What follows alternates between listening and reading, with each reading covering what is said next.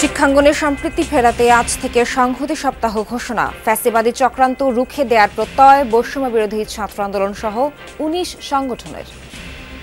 আওয়ামী লীগের পুনর্বাসনের প্রশ্নে জিরো টলারেন্স ছাত্র সংগঠনগুলো জিরো টলারেন্স নীতি অবলম্বন করবে।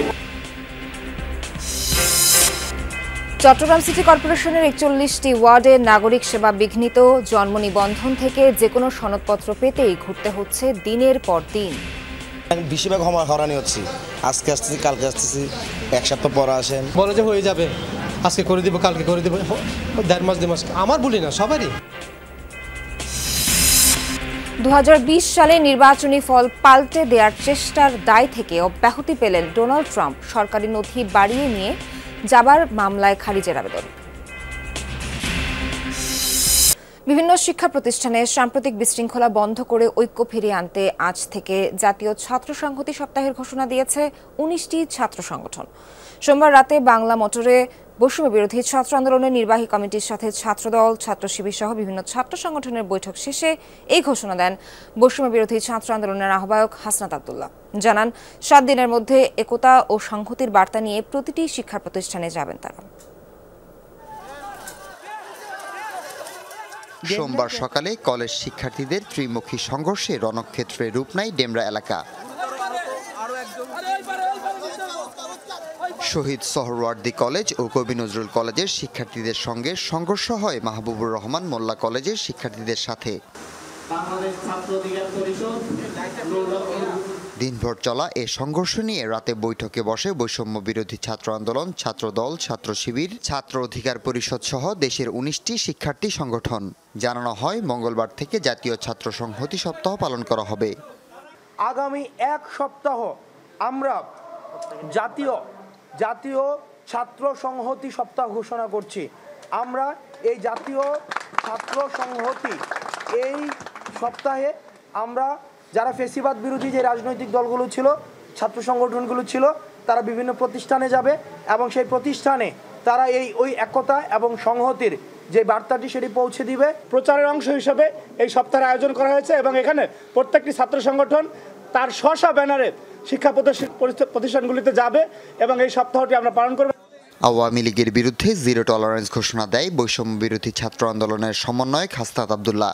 বলেন, গত ৩ নির্বাচনে আওয়ামী লীগ থেকে নির্বাচিত হয়েছেন, তাদের সব সম্পদ বাজেয়াপ্ত করতে হবে। পাশাপাশি সে সময় নিয়োগ পাওয়া আওয়ামী লীগারদের বিরুদ্ধে প্রশাসনিক ব্যবস্থা নেয়ার দাবি জানান তিনি।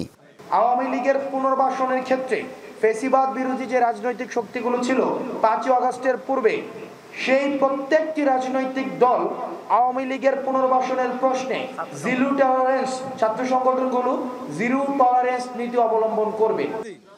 সমাজ থেকে ফ্যাসিবাদীদের মূল উৎপাটনে সকলকে ঐক্যবদ্ধ থাকার আহ্বান জানান ছাত্রনেতারা। যে ফ্যাসিবাদ বিরোধী আন্দোলনের যে শক্তিগুলো রয়েছে। হাসিবুল করিম বিজয়, যমুনা নিউজ, ঢাকা। মাহবুবুর রহমান মোল্লা কলেজের সামনে ব্যাপক পুলিশ মোতায়েন করা হয়েছে। বর্তমানে ডেমরা এলাকায় যান চলাচল স্বাভাবিক। এ বিষয়ে আরও জানাতে ডেমরা থেকে যোগ দিচ্ছেন সহকর্মী মনিরুল ইসলাম মনির।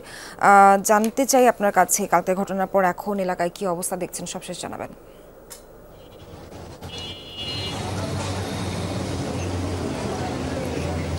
আসলে বলতে গেলে একটা থমথমে পরিস্থিতি এখনো আছে মানুষের মনের মধ্যে, উত্তেজনাকর পরিস্থিতি এখনো আছে মানুষের মনে আসলে, কিন্তু যান চলাচল স্বাভাবিক। কালকে যে একটা ঘটনা ঘটে গেল এবং একটা বিধ্বংসী ঘটনা ঘটে গেল বলা যায়, তো সেইটার পরিস্থিতি কালকে বিকেলের পর থেকে স্বাভাবিক হয়ে আসে, পরিস্থিতি পুলিশের নিয়ন্ত্রণে আসে।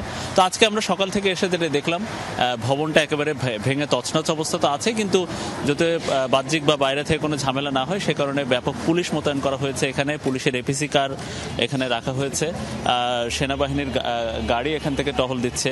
তো আমরা কর্মকর্তাদেরও দেখছি যে তারা এখানে এসে কলেজের শিক্ষার্থীদের যাদের পাচ্ছেন বা শিক্ষক কাউরে পেলে তাদের সাথে কথা বলার চেষ্টা করছেন।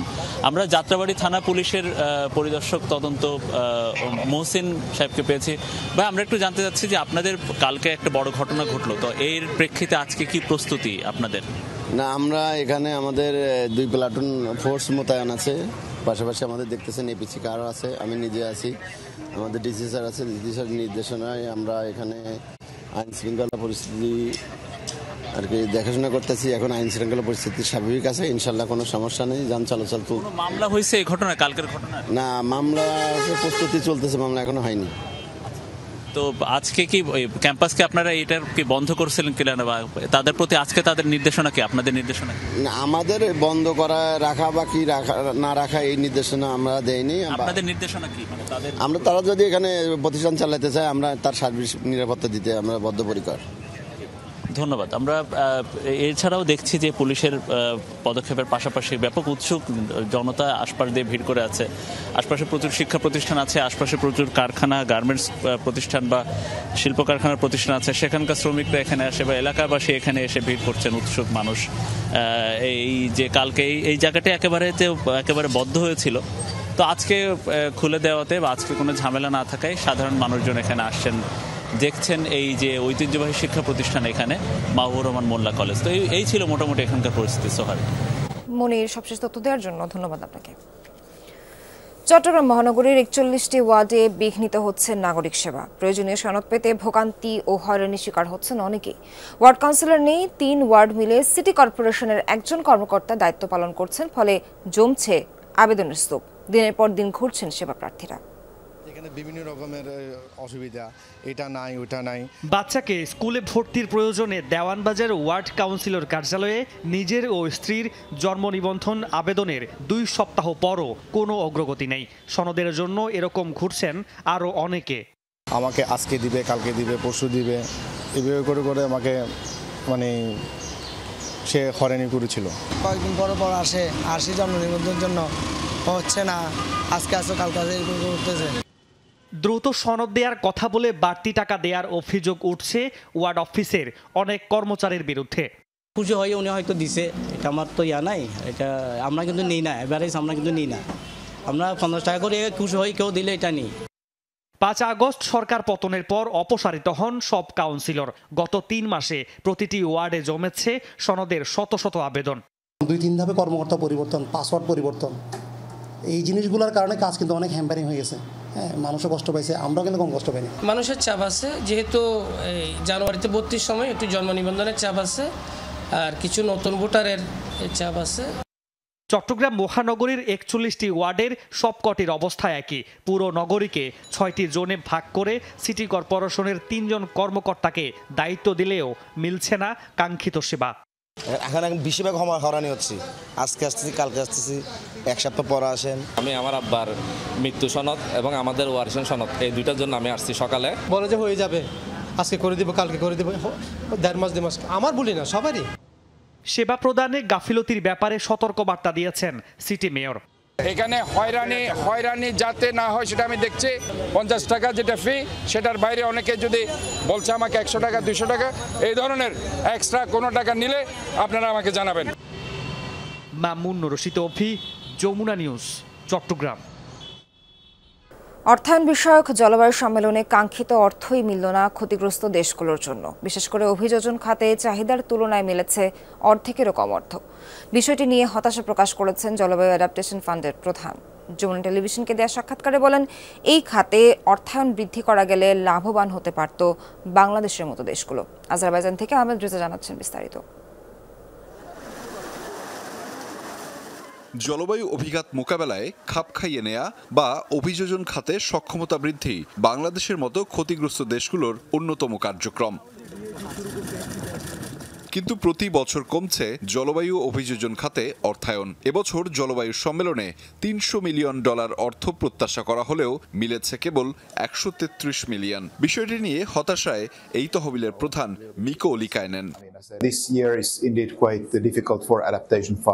আমরা সবাই জানি অভিযোজন খাত কতটা গুরুত্বপূর্ণ, কিন্তু সেখানে অর্থায়নে মনোযোগ হারাচ্ছে বিশ্ব। $300 মিলিয়ন এবছর দরকার ছিল, মিলেছে $133 মিলিয়ন। এ খাতের কার্যক্রম যে এখনো চলছে এটাই বিস্ময়কর। উন্নত দেশগুলোর অর্থায়নে স্বেচ্ছায় সহায়তা করার কথা, কিন্তু তারা অনেকটাই দেখেও না দেখার ভান করছেন। আজারবাইজানের বাকুতে যমুনা টেলিভিশনকে দেয়া এক সাক্ষাৎকারে তহবিলের প্রধান জানান, এটা 1-2 দিনের চ্যালেঞ্জ নয়, কয়েক দশকের চ্যালেঞ্জ। তবুও সর্বোচ্চ চেষ্টা করা হচ্ছে ইতিবাচক ভবিষ্যৎ নিশ্চিতের, বিশেষ করে বাংলাদেশের মতো ক্ষতিগ্রস্ত দেশগুলোর জন্য।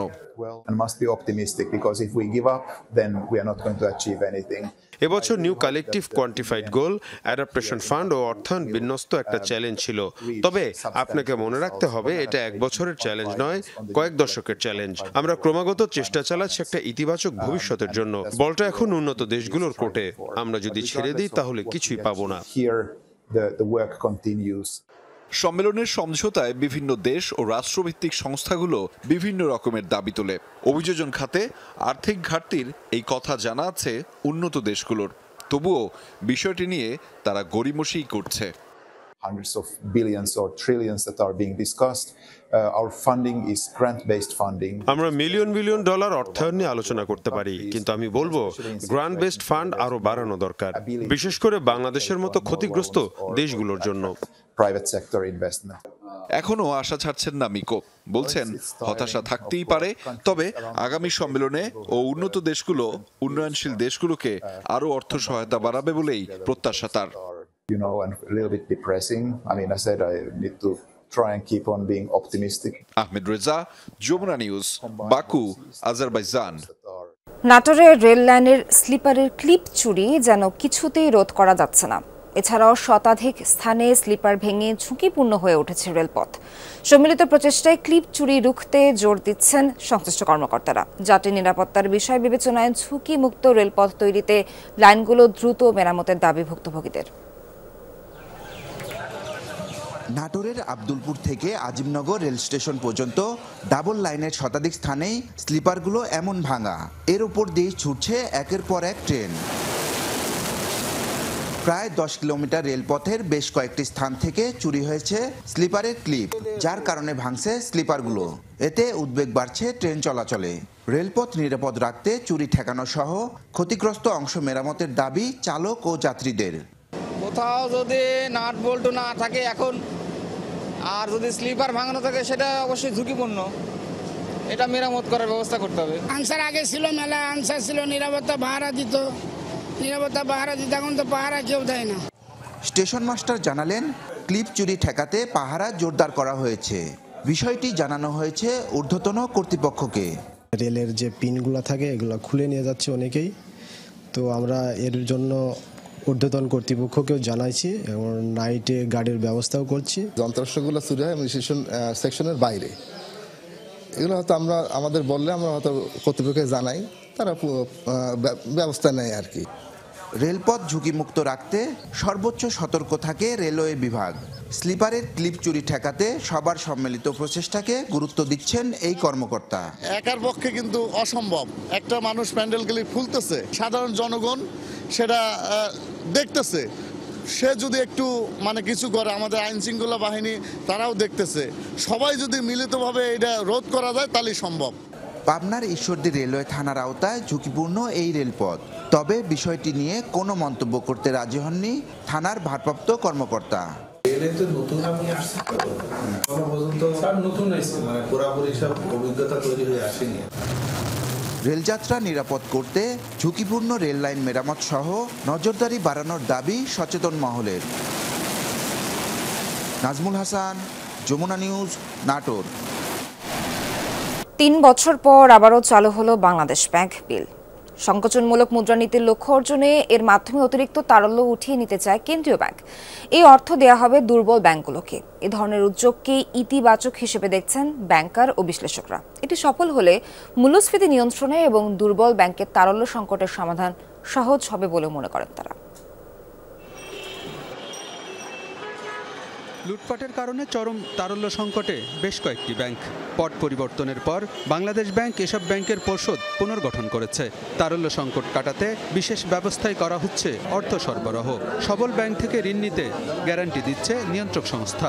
যদিও এ উদ্যোগে খুব একটা সাড়া দিচ্ছে না সবল ব্যাংক, তাই সংকট উত্তরণে বিকল্প ভাবছে বাংলাদেশ ব্যাংক।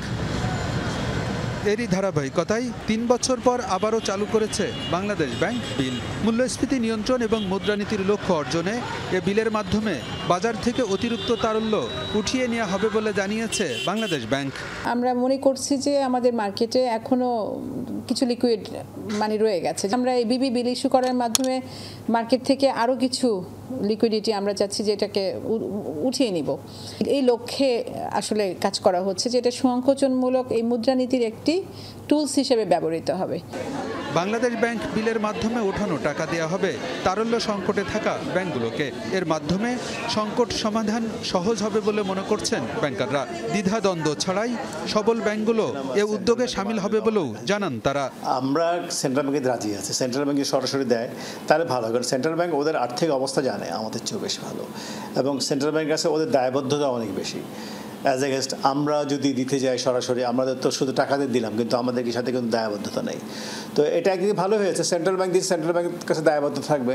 সবল ব্যাংক বলতে যা, তারা যদি সেন্ট্রাল ব্যাংকে গ্যারান্টি দিয়ে বিশ্বাস না করে তাহলে বিল বন্ড দিয়ে বিশ্বাস করতে হবে। কোনো না কোনোভাবে সেন্ট্রাল ব্যাংক তো দুই জায়গায় সেন্ট্রাল ব্যাংক গভর্নমেন্ট, তাই তো। তো পরিষ্কার হলো যে দুর্বল ব্যাংকের এখন উদ্দেশ্য হচ্ছে আমার টাকা পাওয়া, পরিমাণগত দিকটা কত এটা অ্যাসার্টেন করে একবারে সেই ব্যবস্থা করলে ব্যাংকগুলোর এই ক্রাইসিস হ্যান্ডেল করা সুবিধাজনক। সেই জন্যই আমরা ওয়েলকাম করি যদি রিজনেবলি হ্যান্ডসাম একটা অ্যামাউন্ট হয়। বিষয়টিকে ইতিবাচক হিসেবে দেখছেন বিশ্লেষকরাও। এটি কার্যকর হলে সবল ব্যাংকগুলোর আস্থাহীনতা দূর হবে। প্রয়োজন অনুযায়ী দুর্বল ব্যাংকগুলোকে অর্থ বরাদ্দ করতে পারবে বাংলাদেশ ব্যাংক। মার্কেটে সারপ্লাস সিকিউরিটি আমাকে দেবেন, তারা কিন্তু আমার প্রয়োজনের ব্যাপারটা বিবেচনা করে আমাকে টাকা দেবেন না। তাদের কাছে রেট বা অন্য বিষয়টা ইম্পর্টেন্ট। সুতরাং কতটুকু ফান্ড আমার প্রয়োজন সেটা অ্যাসেস করা, সেই অনুযায়ী ফান্ড অ্যালোকেট করা, সেই ব্যাপারটা ইন্ডিভিজুয়াল সাপ্লায়ার করবে না, সেন্ট্রাল ব্যাংকে করতে হবে। আর দ্বিতীয়ত হলো যারা সাপ্লাই করছেন তারা কনফিডেন্স পাবেন যে ঠিক আছে আমার টাকাটা তো আমি সরাসরি দিচ্ছি না, যাকেই দেন, কারণ কোনো না কোনোভাবে ইমপ্লিসিটলি এই এগ্রিমেন্টের পিছনে, অ্যারেঞ্জমেন্টের পিছনে দাঁড়িয়ে আছে কিন্তু সেন্ট্রাল ব্যাংক। বাংলাদেশ ব্যাংক বিলের প্রথম নিলামে 500 কোটি টাকা সংগ্রহ করেছে কেন্দ্রীয় ব্যাংক। আলমগীর হোসেন, যমুনা নিউজ, ঢাকা। 2020 সালের নির্বাচনী ফল পাল্টে দেওয়ার চেষ্টার দায় থেকে অব্যাহতি পেলেন ডোনাল্ড ট্রাম্প। সোমবার যুক্তরাষ্ট্রের নবনির্বাচিত প্রেসিডেন্টের বিরুদ্ধে আলোচিত মামলা খারিজ করে দেয় মার্কিন আদালত। মামলাটি খারিজে আদালতে আবেদন জানান মার্কিন সরকারের বিশেষ কৌঁসুলি জ্যাক স্মিথ। সরকারের গোপন নথি বাড়িতে রাখার অভিযোগে করা মামলা খারিজের আবেদনও করেন তিনি। ট্রাম্পের বিরুদ্ধে করা ওই দুটি মামলাই করেছিলেন জ্যাক স্মিথ। নিজেকে বরাবরই নির্দোষ দাবি করেছেন ট্রাম্প। গত 5 নভেম্বরের প্রেসিডেন্ট নির্বাচনে বড় ব্যবধানে জয় পান ডোনাল্ড ট্রাম্প। আগামী 20 জানুয়ারি দ্বিতীয় মেয়াদে হোয়াইট হাউসে প্রবেশ করবেন তিনি। জ্যাক স্মিথ বলেন, প্রেসিডেন্ট পদে দায়িত্ব নিলে নিয়ম অনুযায়ী মামলা থেকে অব্যাহতি পাবেন ট্রাম্প। 4 বছরের মেয়াদ শেষে আবার শুরু করা যাবে বিচার কাজ।